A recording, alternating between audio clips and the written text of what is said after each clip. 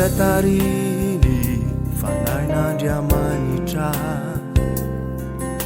dia izy ireo no atsonandova ny fanjakany lanitra satria tsy nandrainy fanaim-panandevozana fanahy izay mitondra tahotra mitondra fanahihana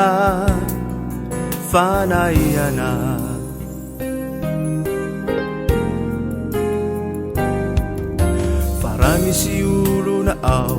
aminy Jesosy Kristy dia olom-baovao avokoa izy indro efa lasa avokoa ireo zavatra taloha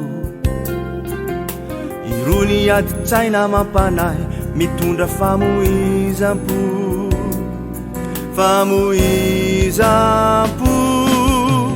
tsy sesaraka azy aminy fitiavanao ry Kristy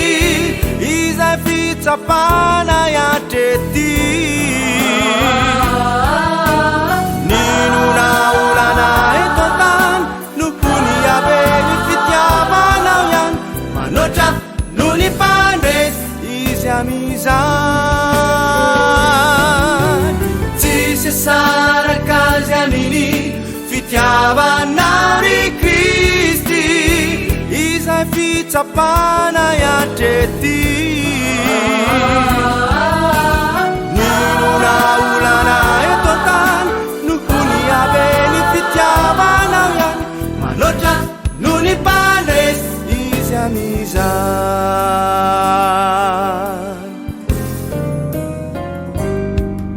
fa raha misy olona ao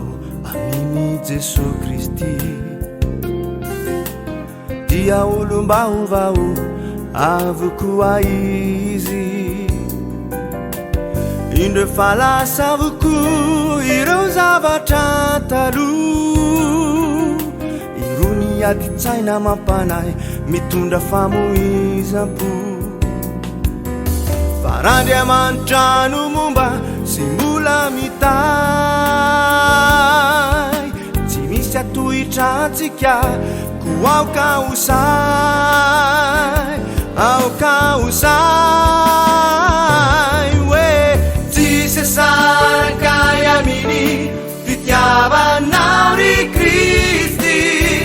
izay fitsapana hatrety ninona olana eto an-tany nokony aveny fitiavanao ihany manoatra no ny mpandresy zahay amizany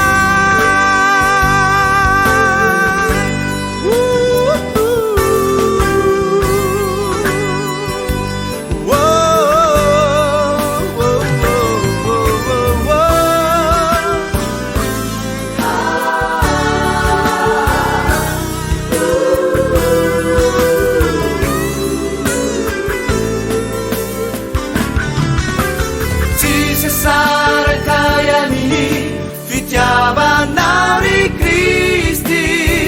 izay fitsapana hatrety ninona olana eto an-tany nokony aveny fitiavanao ihany manoatra no ny mpandresy zahay amizany tsy sesaraka aminy fitiavanao ry Kristy izay fitsapana hatrety ninona olana eto an-tany nokony aveny fitiavanao ihany manoatra no ny mpandresy zahay amizany